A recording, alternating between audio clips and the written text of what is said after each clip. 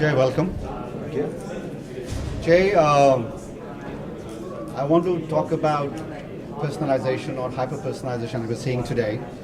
Why don't we look at the bigger picture and trying to, and that's the question I think the whole panel was talking about is, first trying to understand how we can decipher big data, which makes it relevant to the right audience. Now it's hype, so I think I'd like to ask you if you can start from there and then we'll go to the entrepreneurship side. Sure. So when we talk about hyper-personalization, if you think about how the industry has been evolving, up until now what we're doing was we're creating audience segmentations. And we're saying if you're a male between the ages of 25 and 35, you live in a certain area, have gone to college, earn a certain amount, etc., you belong in a segment, and then you would be served a certain type of ads. But the reality is that the marketers are realizing everyone is different. Right? I mean, just because you belong to a particular segment doesn't mean that you are the same person as everybody else in that segment. Every person is unique. So how do you find out what the unique characteristics of each person are, and how do you serve content, ads, and other information that are relevant to that particular person? So that's what hyper-personalization is all about. And what we're talking about in this conference is we're talking about the confluence of big data, social and mobile, and how that's all coming together to deliver that experience, right? So with big data, you know that there's a lot of unstructured data that's coming in, and you are collecting all of the data, but primarily it has been anonymous. So it's cookie kind of data that you're collecting on users.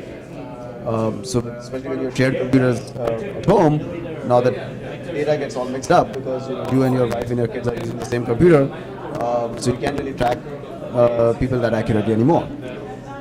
If you add social in the mix, suddenly now you can also add an identity to that data. Because once you log in using your Facebook credentials, for example, the site knows exactly that this is you and not your wife or your kids. And now they are tracking that behavior and they know exactly what your social identity is.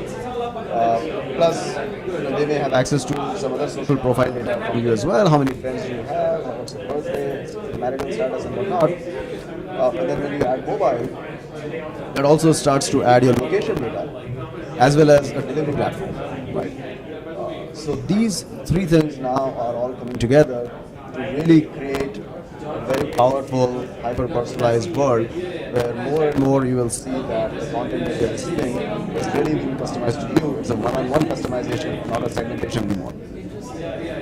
For consumer companies, conglomerates who have been, spending a big chunk of their budget on advertising for the last so many years, this is a very interesting game for them.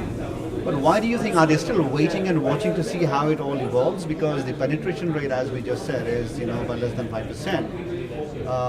Where do you think is the weight is, or do you think it's still time either for technology or for the behavior to come to a level where we have a good understanding? Sure. As the panel said, the penetration is actually higher. As one of the panelists said, the penetration is almost 60%, but only 4% of them are deriving the right ROI from that.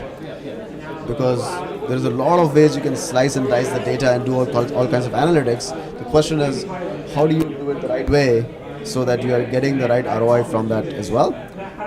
In the advertising world, a lot of personalization is already happening. We saw some examples again in the panel today where they're talking about getting 3x ROI compared to when it was not personalized, right? If you go to a site and you're looking at, let's say, a pair of shoes, and when you leave the site, subsequently the ads that you start seeing are for the exact pair of shoes that you left in your cart and did not buy, right? But only you are seeing that ad. Nobody else is doing it. So that level of personalization is already happening. And those ads are indeed working extremely well. In fact, even on Facebook, when you show these ads which are called retargeting ads, those retargeting ads work much better than the ads that Facebook serves up based on just your profile data. So the personalization to that extent is already happening, and I will see that getting more and more accurate as we go further in this industry. To bring the next question to entrepreneurship, you're running a startup shop socially, and you apply all these metrics to how you want to attract your relevant customer base. Is entrepreneurship in this particular domain a little different than what you have done before, or do you think it is part of your personality that you extend and to run a company like this? I think at this point for Shop Socially, I mean, this is my fourth startup now, and it's always different every time you start a company. But I think the exciting thing is that when you talk about personalization from a social angle, there are a lot of opportunities here where you can use the social data to personalize the whole shopping experience. And hence the name Shop Socially, right? So think about recommendations from your friends, understanding what your friends have bought, and getting inspiration from that, discovering things that through your friends as well. So that creates really good opportunities. So if you think about it, and since we are sitting in the eBay office here, if you roll back the clock and look at circa 1995 when eBay got started, what they did was they democratized selling. Every buyer could also become a seller. And what social has done, it's democratized marketing. Because now every consumer has also become a marketer. Because what I say has more influence on my friends than any form of ads. And with social, that influence now has a much bigger reach, much bigger audience, and that's the phenomenon that we are tapping into. When you look at the audience, I was just asking you as a panelist, if you turn the clock back 15, 20 years, TV, radio, newspapers, etc., and the emergence of internet, the target audience was different. With now, you have a much younger audience. There are avenues of social media out there. The challenge is very different. So there are two ways I'm trying to answer this question. One is the right talent that you recruit to attract this crowd, and how do you then influence the behavior, if at all, to your audience, or of your audience rather? That's an interesting point, and we do see that the younger audience is much more open in terms of sharing their information, and they're not as much concerned about privacy, and they're growing up in a very different world. When I asked the question to the audience about, would you be happy to give up your information in order to get personal content, I would say only 20% or so raise their hands, right? But then the audience composition here is very different from the younger generation. I bet you that if you were asking 20-somethings the same question, you would see the exact opposite reaction.